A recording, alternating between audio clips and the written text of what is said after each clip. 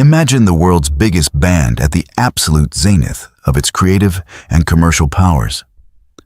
A juggernaut of sound and light that filled stadiums, sold millions of records, and defined the very concept of the concept album. Now imagine that in the heat of their greatest triumph, one of the founding architects is told to pack his bags and leave, not because he lacked talent, not because he was caught in a scandal, but because his silence was mistaken for apathy and his sensitivity was viewed as a weakness. This is the story of the silence of Rick Wright, the moment the human heart of Pink Floyd was excised, and why the world was too busy staring at a giant wall to realize the soul of the music had just walked out the door. To understand the tragedy of Rick Wright, we have to understand what Pink Floyd actually was before it became a battleground of egos. For the casual listener, Pink Floyd is often reduced to the thunderous lyrics of Roger Waters and the soaring blues-drenched guitar solos of David Gilmour. It is the friction between the words and the melody. But if you strip away the lyrics and you mute the solos, you are left with a vast, shimmering universe of sound. That universe was the work of Richard Wright. He was the man who understood the space between the notes. He was the texture, the atmosphere, and the fundamental harmonic anchor that made Pink Floyd sound like Pink Floyd. Think back to the early 1970s. Think of a song like Echoes. The piece begins with a single note, a high B played on a grand piano through a Leslie speaker, creating a ping that sounds like a sonar pulse in the deep ocean. That wasn't Roger's idea. It wasn't David's. That was Rick Wright. He was searching for a feeling, a sense of being lost and found at the same time. He was a jazz-influenced player who understood that in rock music, what you don't play is often more important than what you do. Throughout the golden era of the band, from Metal to the Dark Side of the Moon and Wish You Were Here, Rick was the sonic glue. His Farfisa organ, his Hammond B3, and his pioneering use of the VCS3 synthesizer created the dreamscape that allowed the other members to shine. But as the 70s progressed, the internal climate of Pink Floyd began to cool.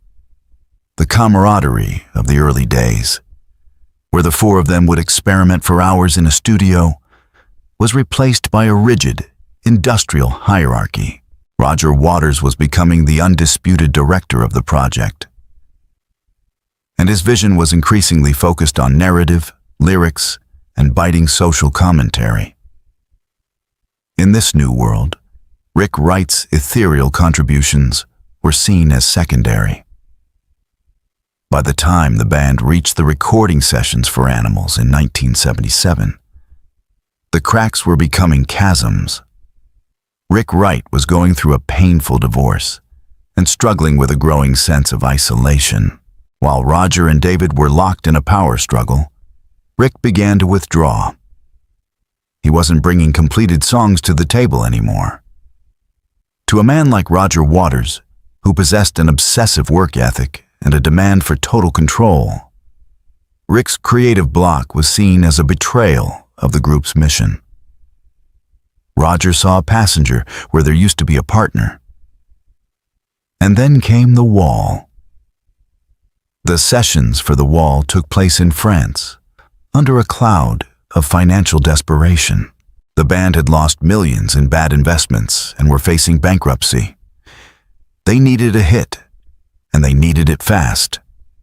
Roger had the blueprint for a double album, a film, and a massive stage show. He was under immense pressure, and he decided that any weak link had to be eliminated. The breaking point is now a piece of rock and roll legend. Rick was on vacation with his family in Greece when Roger sent a message demanding he return early to work on the keyboard tracks. Rick, exhausted and feeling bullied, refused to cut his holiday short. Roger's response was swift and brutal. He gave the band's manager an ultimatum. Either Rick leaves the band after the album is finished, or Roger takes his songs and walks away, effectively ending Pink Floyd.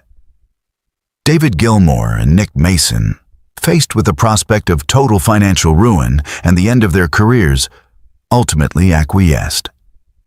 They let Rick go. But the cruelty didn't stop at the firing. Because the band needed Rick to play the keyboard parts for the upcoming live tour, they hired him back as a session musician. Think about the psychological weight of that for a moment. Rick Wright, a founding member who had helped build the band from the underground clubs of London to the heights of superstition, was now an employee. He was a hired hand in his own house. He sat behind his keyboards every night, playing the songs he helped inspire, while a giant wall was literally built between him and the audience. There is a dark irony to this period that many fans don't know. Because the Wall tour was so expensive to produce, the three official members of Pink Floyd, Roger, David, and Nick, lost a fortune on the road. But Rick Wright, as a hired session musician with a fixed salary, was the only member of the group who actually made a profit from those legendary shows. It was a small, hollow victory.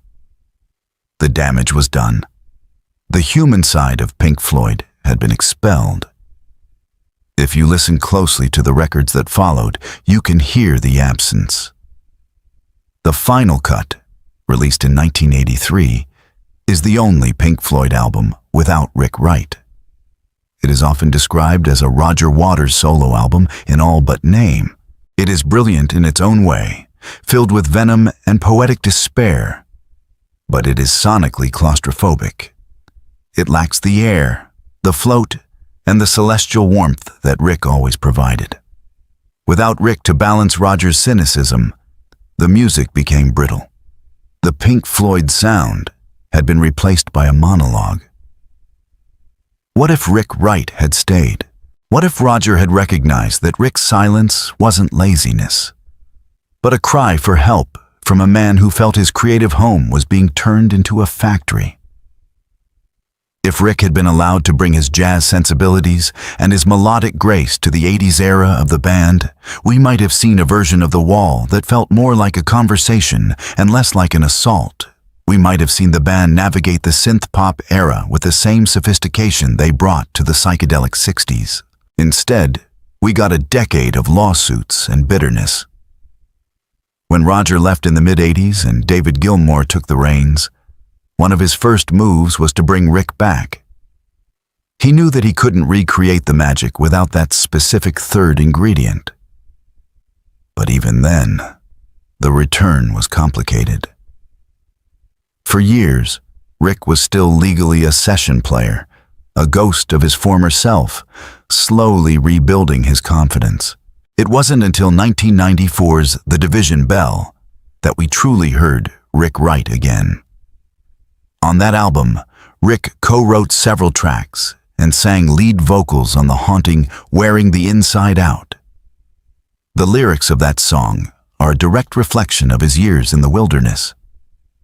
He sings about being stayed in the margins and wearing the inside out. It was a confession of the psychological toll his expulsion had taken. He had spent years being the silent one. The man who was pushed out and didn't fight back. The man who stayed quiet while the world focused on the loud, public war between Waters and Gilmour. We didn't notice his expulsion at the time because Rick Wright was not a man of headlines. He didn't write a tell-all book. He didn't go on talk shows to complain about his treatment. He simply carried his dignity into the shadows. But the music noticed. The fans, eventually, noticed. When the classic lineup finally reunited for one last time at Live 8 in 2005, the most emotional part of the night wasn't Roger and David shaking hands. It was seeing Rick Wright behind the Hammond organ, his eyes closed, swaying to the rhythm of his own creations. For 18 minutes, the universe was back in balance. The textures were right. The space was back. When Rick passed away in 2008, the true scale of his contribution was finally acknowledged. David Gilmour admitted that without Rick, there is no Pink Floyd. Even Roger Waters, in his later years, spoke of the unique, inexplicable chemistry that Rick brought to the room. A chemistry that could never be replaced by a session player, no matter how technically skilled. This is the lesson of Rick Wright. In our culture, we tend to value the loudest voice. We value the visionary who screams his demands and the virtuoso who plays the fastest notes. We often ignore the person who provides the atmosphere, the one who listens more than they speak, and the one who ensures that the human side of the work isn't lost in the machinery of success.